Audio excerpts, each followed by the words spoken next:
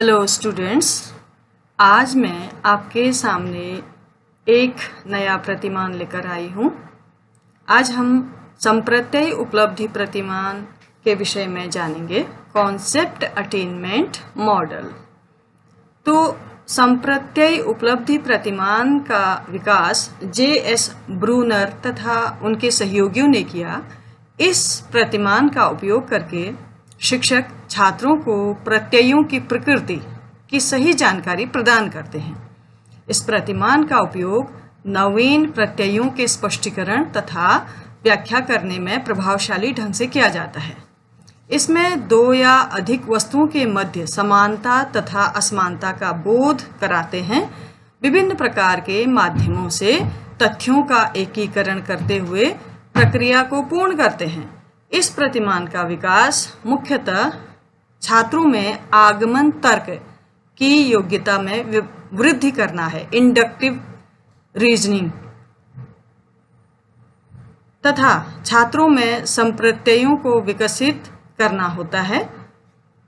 Brunner तथा उनके सहयोगियों की ये धारणा है कि मानव जिस वातावरण में रहता है उसमें इतनी विविधता और जटिलताएं हैं कि मनुष्य वर्गीकरण के बिना इसे नहीं समझ सकता।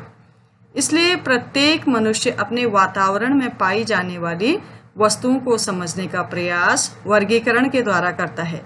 जैसे आपने बीएससी में पढ़ा होगा, एनिमल किंगडम का जो वर्गीकरण है, क्लासिफिकेशन है, तो आपने देखा कि प्रोटोजोआ से लेकर के कॉर्डेटा तक वर्गीकरण किया, जिससे कि हमने एनिमल्स को समझा। एक साथ अगर हम पढ़ते तो उनके संरचना को समझने में हमें परेशानी होती, दिक्कत होती। इसलिए वैज्ञानिकों ने एनिमल्स के अध्ययन के लिए एक ऐसा वर्गीकरण दिया जिसमें सबसे पहले एक कोशीय जीवों को रखा, उसके बाद बहुकोशीय जीवों को रखा, उसके लास्ट में जिनके पास रीढ़ की हड्डी थी, जो अपने जैसे ऑफस्प्रिंग्स यानी कि अपने जैसे बच्चे पैदा कर सकते थे, उनको रखा। वस्तुओं के इस प्रकार से वर्गीकरण के फलस्वरूप उनमें संप्रत्यय विकसित होते हैं। यह संप्रत्यय स्वाभाविक रूप से विकसित होते हैं, फिर भी सही संप्रत्ययों के विकास हेतु प्रशिक्षण आवश्यक होता है। यह प्रतिमान संप्रत्यय विकसित करने का एक अच्छा साधन माना गया है। तो अभी तो आप ये सुन रहे हैं कि ये संप्रत्यय के प्राप्ति के लिए ये मॉडल है। जितने भी संप्रत्यय होते हैं, संप्रत्यय का अर्थ ये है कि जो भी हमारे पास कंसेप्ट होते हैं, प्रत्यय होते हैं, जो भी हमारे पास अवधारणाएं होती हैं, उनको हम कैसे समझते हैं। हम उनको समानता और असमानता का बोध करते हुए समझते हैं।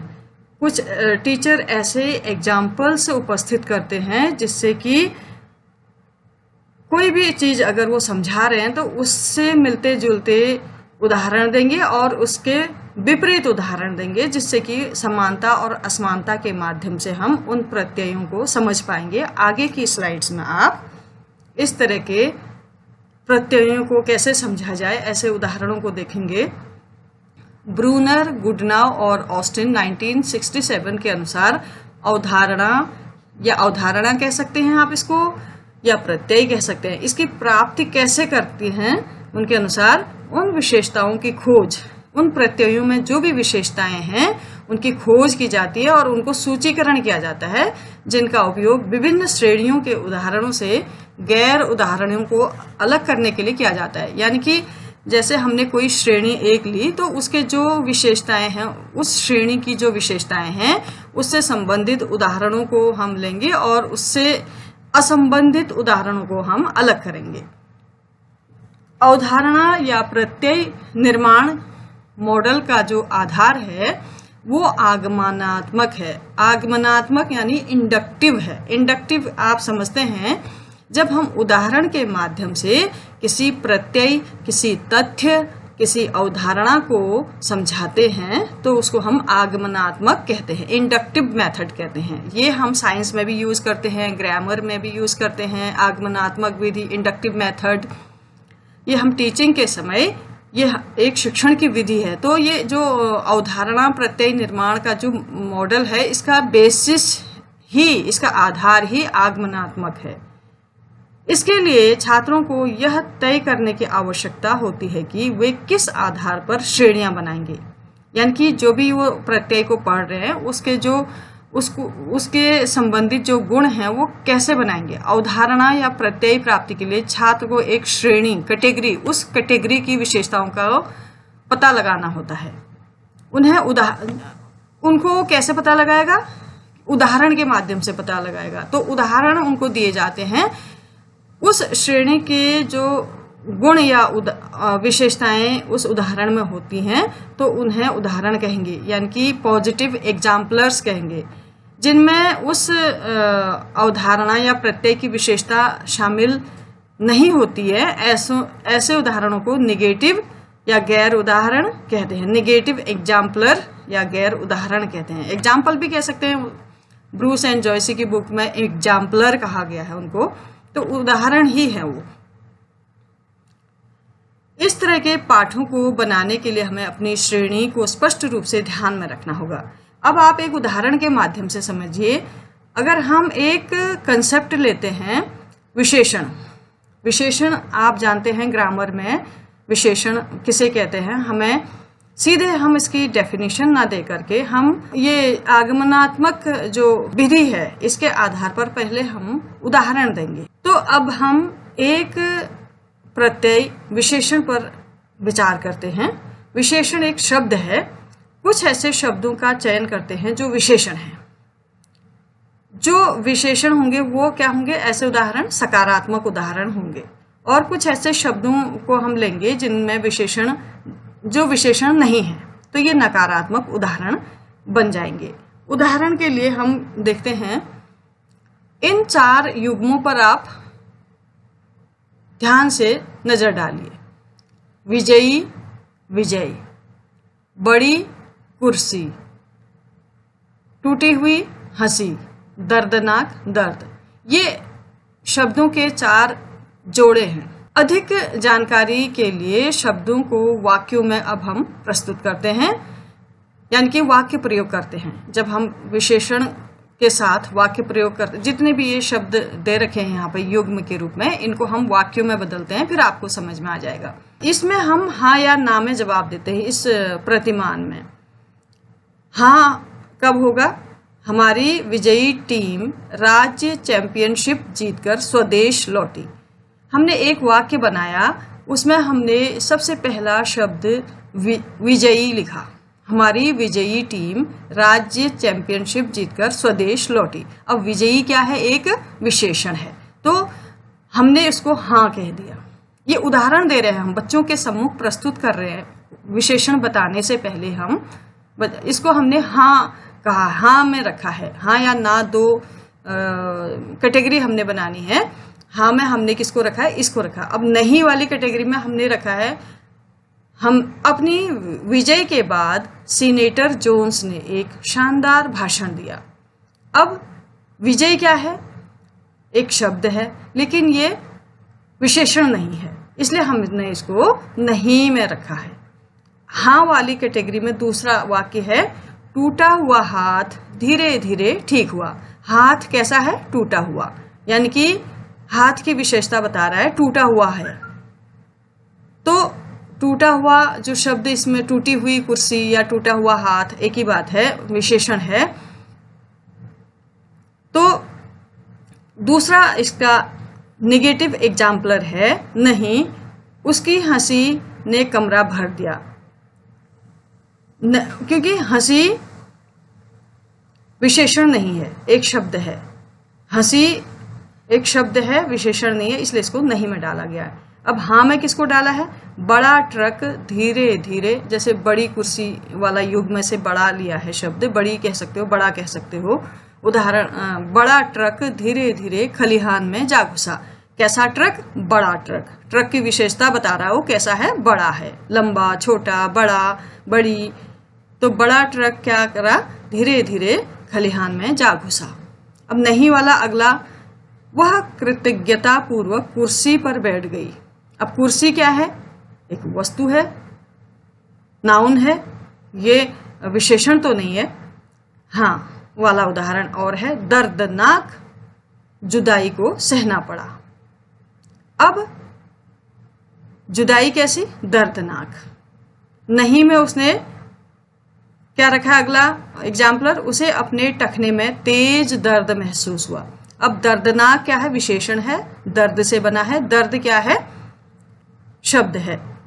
अब इस मॉडल को समझाने के लिए, बच्चों को समझाने के लिए हमें 20 और जोड़े की आवश्यकता पड़ेगी। ये आप लोग भी सोच सकते हैं, ऐसे जोड़े आप लोग भी बना सकते हैं।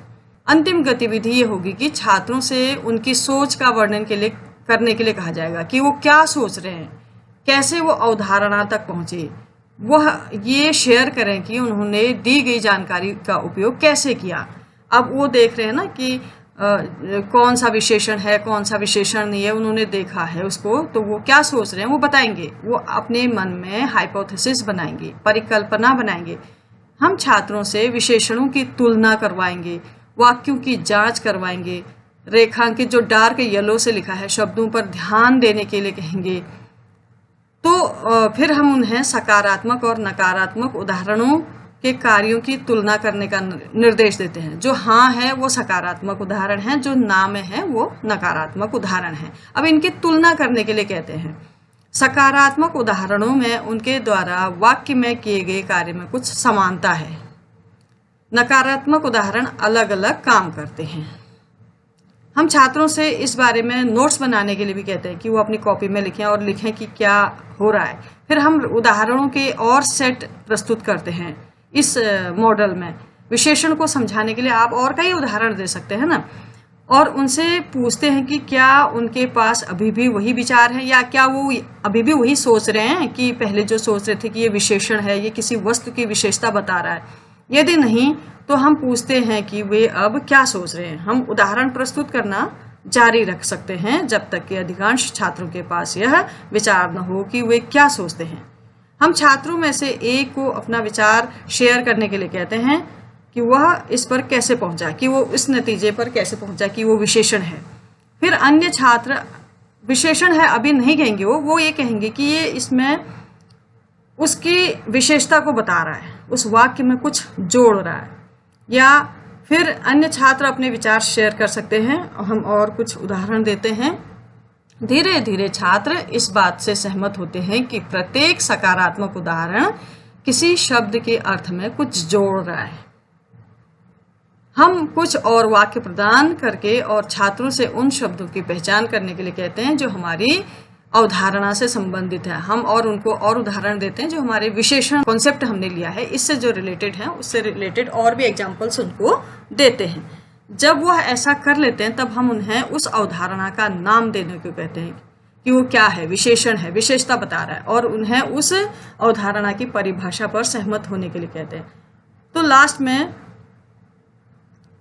छात्रों को ने उस अवधारणा विशेषण के लिए, उस विशेषण के लिए अपने मन में क्या सोचा कि वो क्या है, क्या कर रहा है वो वाक्य के साथ, और ये बता सके कि वह इस अवधारणा तक कैसे पहुंचे। उन्हें अपने विचारों को साझा करने के लिए कहा जाता है, शेयर करने। बच्चों ने जो दिमाग में सोचा अपने, उसको शेयर करेंगे। वो गृह कार्य के लिए हम छात्रों को एक छोटी कहानी देते हैं, उस कहानी को पढ़ने के लिए कहते हैं और उसमें से विशेषण ढूंढने के लिए कहते हैं। छात्रों के उन उदाहरणों की फिर जो भी शब्द उन्होंने खोज कर दिए हैं टीचर को, उन उदाहरणों की, उन शब्दों की जांच टीचर करेगा और उसे पता चलेगा कि बच्चे को उदाहरण से, उन उदाहरणों से शिक्षक को ये पता चलेगा कि छात्र को विशेषण शब्द का जो संप्रत्यय था अच्छे तरह से उनको समझ में आया अथवा नहीं आया। तो उसके लिए वो उदाहरणों के आधार पर जांच करेंगे। जो शब्द टीचर को मिलेंगे छात्रों की ओर से उस कहानी में से छांट के, तो उन्हीं से उसको पता चल जाएगा, टीचर को पता चल जाएगा कि छात्रों को विशेषण संप्रत्यय आया कि नहीं। यह प्रक्रिया सुनिश्चित करती है कि छात्र उन विशेषताओं को सीख सके हैं जो एक अवधारणा को परिभाषित करती हैं। इस प्रकार ये पूरी जो लॉजिकल, जो ये आगमनात्मक जो मेथड है प्रतिमान की, तो इसके द्वारा किसी भी कॉन्सेप्ट, जैसे यहाँ विशेषण एक कॉन्सेप्ट था, उसको, उसकी विशेषताओं को छात्र सीख सके ये सुनिश्चित करती है। ये इसी तरह से वो इसकी परिभाषा भी बता देंगे। अब हम एक एग्जाम्पल के रूप में देते हैं। सभी शब्द अक्षरों से बने हैं, लेकिन अक्षरों की उपस्थिति पार्ट्स ऑफ स्पीच या भाषण या इस वाक्य के कुछ हिस्सों को परिभाषित नहीं करती है। जो डेटा सेट माने जो एग्जाम्पलर है, डेटा सेट यहाँ पर डेटा सेट से मतलब है जो हाँ या ना वाले उदाहरण हैं, में सभी वस्तुओं की महत्वपूर्ण विशेषताएं हैं, लेकिन उस श्रेणी को परिभाषित करने में महत्वपूर्ण नहीं है जिसे हम विशेषण कहते हैं। हाँ या ना वाले तो सभी उदाहरण दे रखे हैं, लेकिन सभी वो विशेषण को परिभाषित करने के लिए महत्वपूर्ण नहीं है। वैसे तो विशेष है वो, लेकिन वाक्य का अपनी अपनी विशेषता है उन शब्दों की उन डेटा सेट में, लेकिन सभी विशेषण को एक्सप्लेन नहीं करते। दर्दनाक और दर्द जो लास्ट के जो दो शब्द आपने देखे थे, दोनों ही आघात को संदर्भित करते हैं। दोनों से पता चलता है कि कुछ पेनफुल है, लेकिन विशेषण केवल दर्दनाक है। दर्दनाक शब्द विशेषण है, दर्द है, पेन है, दोनों से पता चल रहा है कि पेन है कहीं बॉडी में, लेकिन इनमें से विशेषण शब्द दर्दनाक है, दर्द नाउन है। इस प्रकार अवधारणा प्रत्यय शिक्षण छात्रों की सोच प्रक्रियाओं का विश्लेषण करने और उन्हें अधिक प्रभावी रणनीति विकसित करने में मदद करने का अवसर प्रदान करता है। तो आपने देखा इस प्रतिमान में प्रत्यय को सीखने के लिए उदाहरणों के माध्यम से कहाँ तक पहुंचा गया? अवधारणा तक पहुंचा गया या प्रत्यय तक पहुंचा गया।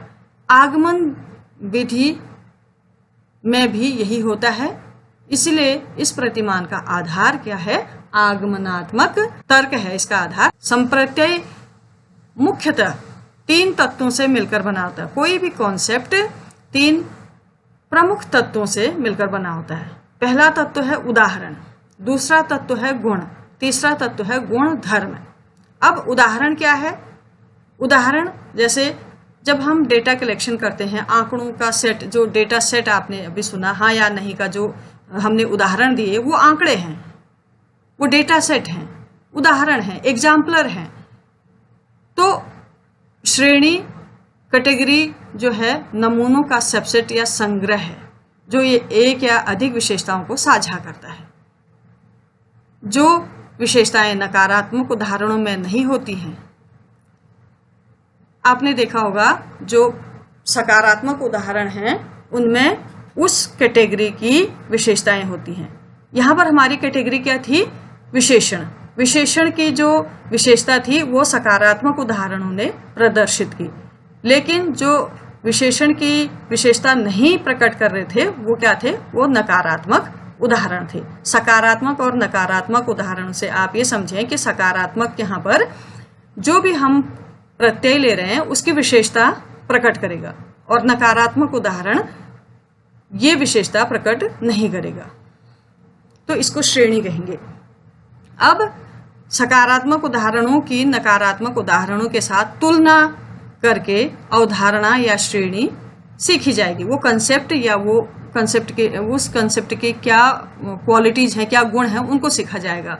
उदाहरण के लिए यदि सेब हम लें, एप्पल, इसके संप्रत्यय को लिया जाए तो यहाँ प्रत्येक फल एक उदाहरण के रूप में होगा। सेब को कैटेगरी यस की कैटेगरी में रख दिया और वो प्रत्येक फल उसके उदाहरण हो जाएंगे, लेकिन हमने नो कैटेगरी में किसको रख दिया? मौसमी और संतरे, क्योंकि आप समझ सकते हो सेब मीठा है, अलग टेस्ट है, मौसमी और संतरे खट्टे हैं, तो वो नकारात्मक श्रेणी में रख दिए। तो फिर सकारात्मक श्रेणी वाले कौन से फल माने जाएंगे? जो सेब जैसे होंगे, जैसे नाशपाती भी हो सकता है, आड़ू भी हो सकता है, इस तरह का फल जो है वो सकारात्मक उदाहरण माना जाएगा। अब गुण है, एट्रीब्यूट।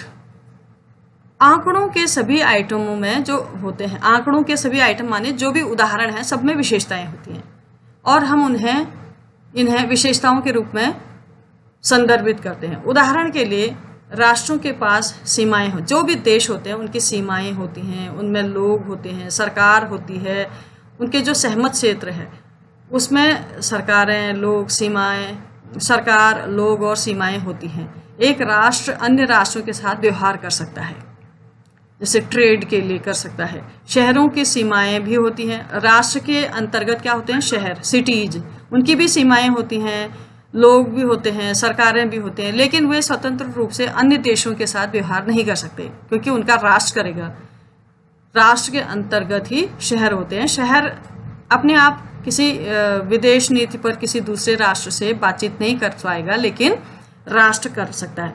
तो इसी विशेषता पर हम किसी राष्ट्र और उसके शहरों में अंतर कर सकते हैं कि शहर अंतर्राष्ट्रीय संबंधों पर अन्य देशों के साथ व्यवहार नहीं कर सकते। दूसरा उदाहरण सेब का है। सेब का रंग उसके गुण तत्व को प्रकट करेगा, एट्रीब्यूट। अब है गुण धर्म, विशेषता मान भी इसे कहेंगे, एट्रीब्यूट वैल्यू। यह उस डिग्री को संदर्भित करता है जिसमें किसी विशेष उदाहरण में एक विशेषता मौजूद होती है। उदाहरण के लिए किसी भी स्थिति में हर किसी के पास कुछ तर्क संगतता और तर्कहीनता मिश्रित होती है। सवाल यह है कि कब इतनी तर्क संगतता है कि हम किसी को तर्क संगत या पर्याप्त तर्कहीन के रूप में वर्गीकृत कर सकते हैं। उदाहरण के लिए सेब का पीला अथवा लाल रंग विशेषण, जो जैसे सेब कैसा है? पीला है, या सेब कैसा है? लाल है। ये लाल सेब का क्या है? विशेषण है। तो ये कलर एट्रीब्यूट के गुण धर्म है, एट्रीब्यूट वैल्यू को दिखाता है। संप्रत्यय के संबंध में चिंतन के उपरांत संप्रत्यय उपलब्धि के लिए कई प्रकार के प्रतिमानों की रचना की गई। वेल तथा जायसी ने 3 प्रकार के प्रारूपों का विशेष रूप से उल्लेख किया। ये 3 किस्म के जो प्रारूप हैं प्रतिमान के, वो क्या हैं? संप्रत्यय उपलब्धि का आग्रहण प्रतिमान, संप्रत्यय उपलब्धि का चयन प्रतिमान, संप्रत्यय उपलब्धि का असंगठित सामग्री प्रतिमान। संप्रत्यय उपलब्धि से संबंधित इन तीनों प्रतिमानों का समान सैद्धांतिक आधार है। इस कारण इनकी रचना कार्य प्रणाली में समानता है। अब इस स्लाइड में हम किसी भी प्रतिमान के जो मुख्य तत्व होते हैं उनके विषय में डिस्कस करेंगे। संप्रत्यय उपलब्धि प्रतिमान के जो प्रमुख तत्व हैं, main elements of the concept attainment model, वो क्या है? सबसे पहले आपने सुना होगा सभी प्रतिमानों का जो मुख्य तत्व होता है वो है उद्देश्य, फोकस, केंद्र बिंदु भी कहते हैं इसको। इस प्रतिमान का प्रमुख उद्देश्य छात्रों के आगमन तर्क शक्ति का विकास करना है। शुरू में जैसे आपने देखा आगमन तर्क में क्या होता है? उदाहरणों के माध्यम से हम किसी प्रत्यय को समझाते हैं। इसका आधार मनोविज्ञान है, साइकोलॉजिकल एस्पेक्ट है इसका बेसिस, क्योंकि इंटरेस्ट, रुचि उत्पन्न होती है इस प्रतिमान के द्वारा संप्रत्ययों को सीखने में, इसलिए इसका आधार मनोविज्ञान है। इसके अंतर्गत छात्र विभिन्न घटनाओं, व्यक्तियों तथा वस्तुओं को अलग अलग वर्गों, श्रेणियों में विभाजित कर चिंतन शक्ति के आधार पर विभिन्न संप्रत्ययों का ज्ञान प्राप्त करते हैं। ब्रूनर और उनके सहयोगियों ने इसके 4 उद्देश्य बताए हैं। जो फोकस है वो 4 हैं ब्रूनर के और उनके सहयोगियों के अनुसार। छात्रों को संप्रत्ययों की प्रकृति के विषय में ज्ञान प्रदान करना, जिससे वह वस्तुओं के गुणों तथा उनकी विशेषताओं के आधार पर वर्गीकरण करने में दक्षता प्राप्त कर सके। छात्रों को इस योग्य बनाना कि उनमें सही संप्रत्ययों का विकास हो सके। छात्रों में विशिष्ट संप्रत्ययों का विकास करना। कुछ वर्तनी अशुद्धि हो रही है, इसको आप इग्नोर कर लें। संप्रत्ययों है ये, संपत्तियों हो रहा है। छात्रों में चिंतन संबंधी नीतियों का विकास करना, इसमें उनकी सोचने की क्षमता में वृद्धि होती है और विशिष्ट संप्रत्ययों को वो सीख पाते हैं। उनमें संप्रत्ययों का जो नॉलेज है वो सही तरह से होता है। गलत संप्रत्यय की प्राप्ति नहीं होती है, बल्कि सही संप्रत्यय की प्राप्ति वो कर पाते हैं। किसके आधार पर? वस्तुओं के गुणों को देख करके, उनकी विशेषताओं को देख करके वो वर्गीकरण करते हैं। अब किसी भी प्रतिमान की जो अगला जो मुख्य तत्व है वो है संरचना, सिंटैक्स। इसमें संरचना में इसके जो चरण हैं, पहला जो चरण है वो है प्रदत्तों की प्रस्तुति और अवधारणा की पहचान। पहले प्रदत्त प्रस्तुत किए जाते हैं शिक्षक के द्वारा बच्चों को के सामने। पहले चरण में शिक्षार्थी को डेटा प्रस्तुत करना शामिल होता है। डेटा की प्रत्येक इकाई अवधारणा का एक उदाहरण और गैर उदाहरण है, जो हमने आपसे शुरू में कहा, इसीलिए आपको पहले उदाहरण दिया गया, हाँ या नहीं वाले उदाहरण दिए गए। कुछ हाँ की कैटेगरी में थे, कुछ ना की कैटेगरी में थे। तो सबसे पहले टीचर का क्या काम है, वो छात्रों के सम्मुख उदाहरणों को प्रस्तुत करता है हाँ या ना श्रेणी के। फिर प्रदत्तों के रूप में घटनाएं हो सकती हैं, लोग हो सकते हैं, वस्तुएं हो सकती हैं, कहानियां, चित्र, कोई भी अन्य भेदभावपूर्ण इकाइयां हो सकती हैं। शिक्षार्थियों को बताया जाता है कि सभी सकारात्मक उदाहरणों में एक विचार समान है। उनका कार्य अवधारणा की प्रकृति के बारे में एक परिकल्पना विकसित करना है। उन जो सकारात्मक उदाहरणों का काम क्या है, उन सकारात्मक उदाहरणों के माध्यम से छात्रों को परिकल्पना विकसित यानी कि अज्यूम्ड सॉल्यूशन, आखिर वो चीज क्या है जिसको हम पढ़ना चाह रहे हैं, उसको बताने की ओर ले जाएगा। उदाहरणों को पूर्व व्यवस्थित क्रम में प्रस्तुत किया जाता है। पहले से ही उनको ठीक से व्यवस्थित किया जाता है, उन पर हाँ या नहीं का लेबल लगाया जाता है। शिक्षार्थियों को विभिन्न उदाहरणों की विशेषताओं की तुलना और औचित्य सिद्ध करने के लिए कहा जाता है। अंत में शिक्षार्थियों से कहा जाता है कि वे अपनी अवधारणाओं का नाम दें और अवधारणाओं की परिभाषा के लिए उनके आवश्यक गुणों के अनुसार नियम बताएं। सबसे पहले शिक्षक क्या करेगा, इसमें लेबल वाले उदाहरण प्रस्तुत करेगा। छात्र सकारात्मक और नकारात्मक उदाहरणों में विशेषताओं या गुणों की तुलना करते हैं। छात्र परिकल्पना तैयार करते हैं और उसका परीक्षण करते हैं। छात्र आवश्यक गुणों के आधार पर उस पर प्रत्यय की परिभाषा बताते हैं। अब दूसरे चरण में क्या होता है, संरचना के दूसरे चरण में अवधारणा प्राप्ति का परीक्षण, testing attainment of the concept. चरण 2 में छात्र अवधारणा की प्राप्ति का परीक्षण करते हैं। पहले अवधारणा के बिना लेबल वाले उदाहरणों की सही पहचान करके और फिर अपने स्वयं के उदाहरण बनाकर। इसके बाद शिक्षक छात्रों की मूल परिकल्पनाओं की पुष्टि या खंडन करते हैं कि उन्होंने जो भी उस प्रत्यय के संबंध में जो परिकल्पना बनाई थी वो सही थी या गलत थी। इसका शिक्षक खंडन करते हैं या पुष्टि करते हैं, या तो वो कहेंगे सही है या कहेंगे सही नहीं है, और इसकी उनकी चुनी हुई अवधारणाओं और गुणों को आवश्यकता अनुसार संशोधित भी करते हैं। यही मदद करते हैं शिक्षक उनको इस अवधारणा के हाइपोथेसिस बनाने में। छात्र इसमें दूसरे चरण में मुख्य रूप से क्या होता है, छात्र अतिरिक्त लेबल रहित उदाहरणों की पहचान हाँ या नहीं के रूप में करते हैं। पहले तो शिक्षक उनको हाँ या नहीं वाले उदाहरण प्रस्तुत करते हैं, उसके बाद बिना लेबल वाले उदाहरण दिए जाते हैं जिसको छात्र हाँ या नहीं के रूप में रखते हैं। शिक्षक अवधारणा के नाम की पुष्टि परिकल्पना के आधार पर करते हैं। आवश्यक विशेषताओं या गुणों के आधार पर परिभाषा को पुनः बताता है शिक्षक।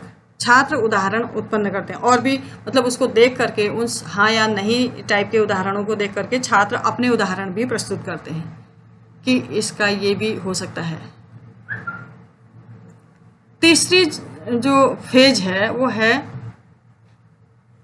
जो सोचने की रणनीति है छात्रों की, उसका विश्लेषण। आखिर उन्होंने क्या सोचा, एनालिसिस है उसका, ऑफ थिंकिंग स्ट्रेटेजीज।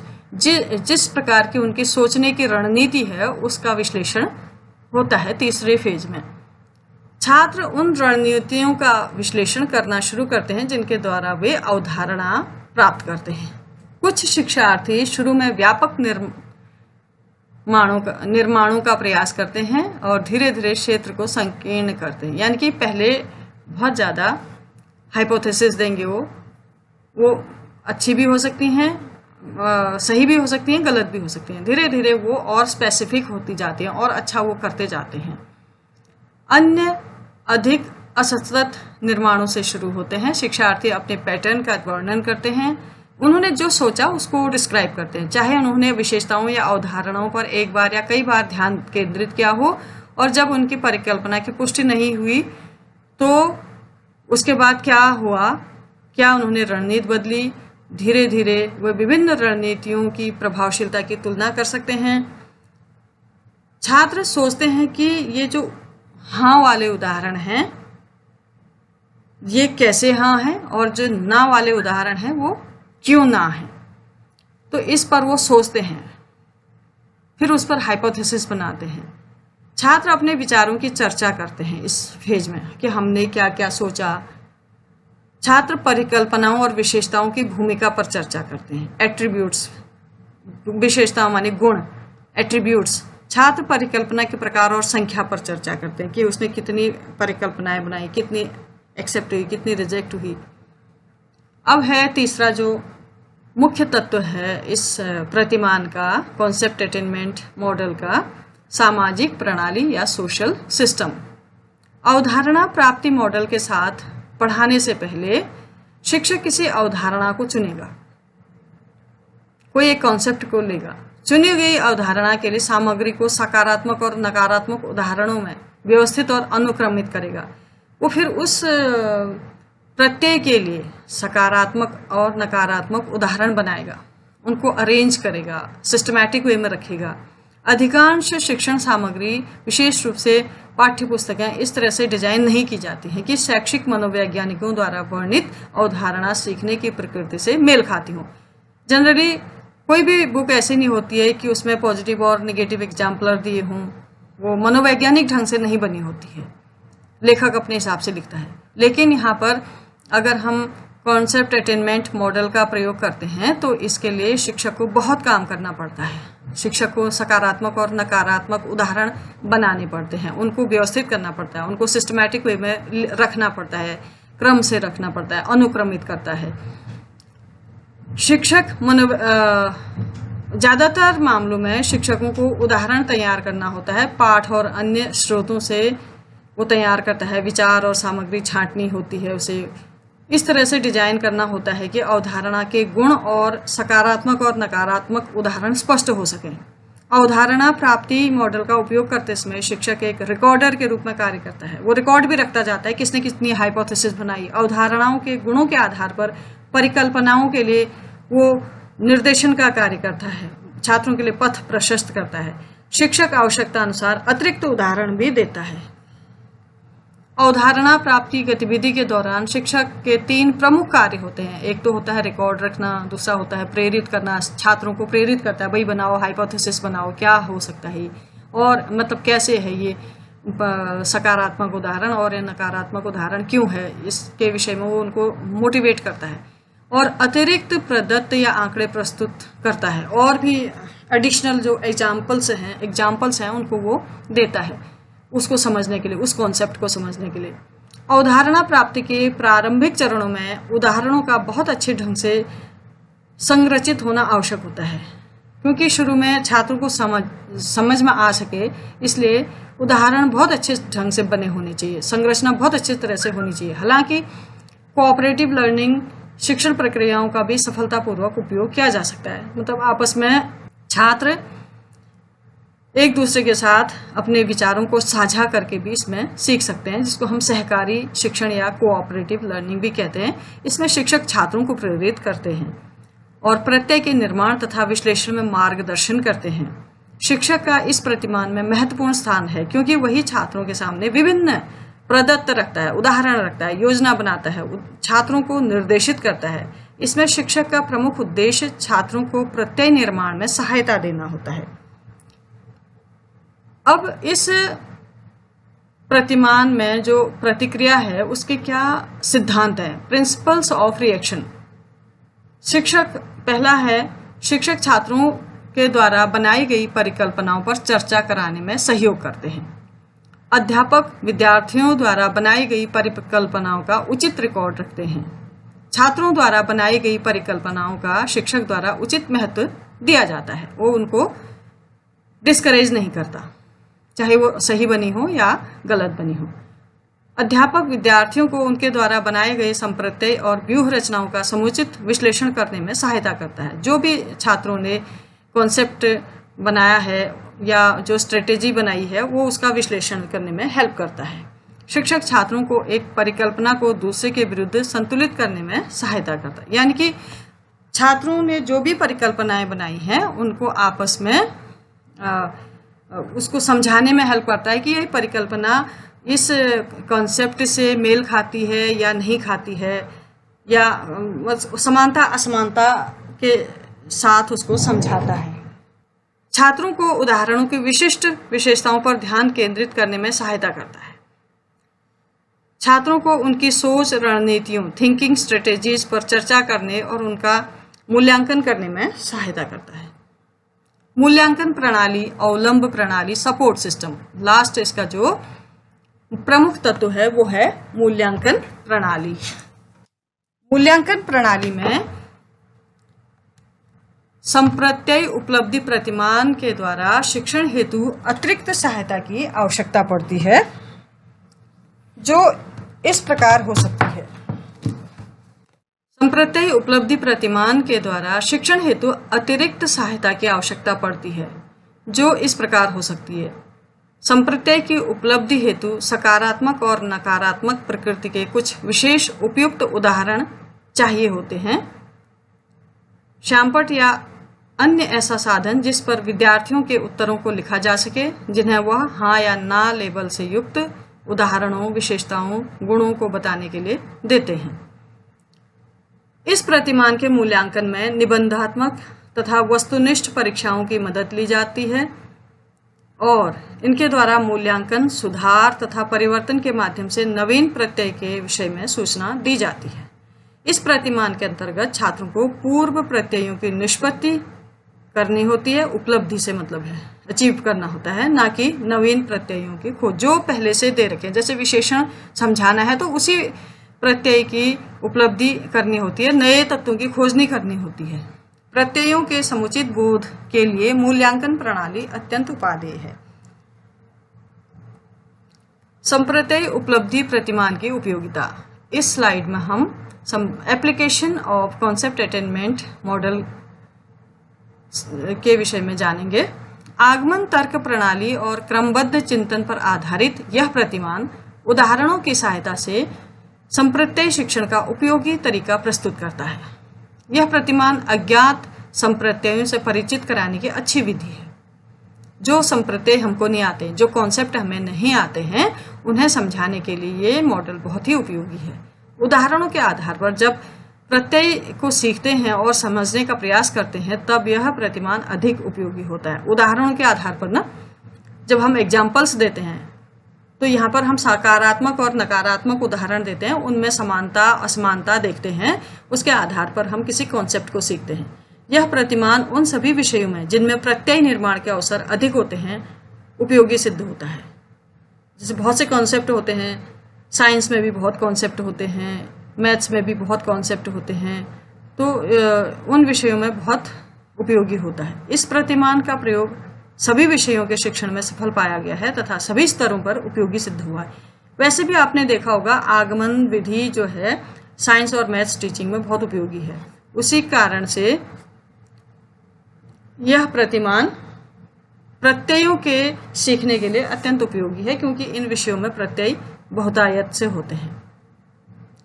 छोटे बच्चों में इसके प्रयोग के समय सरल संप्रत्ययों तथा उनके आसान उदाहरणों का प्रयोग किया जाना चाहिए। Thank you.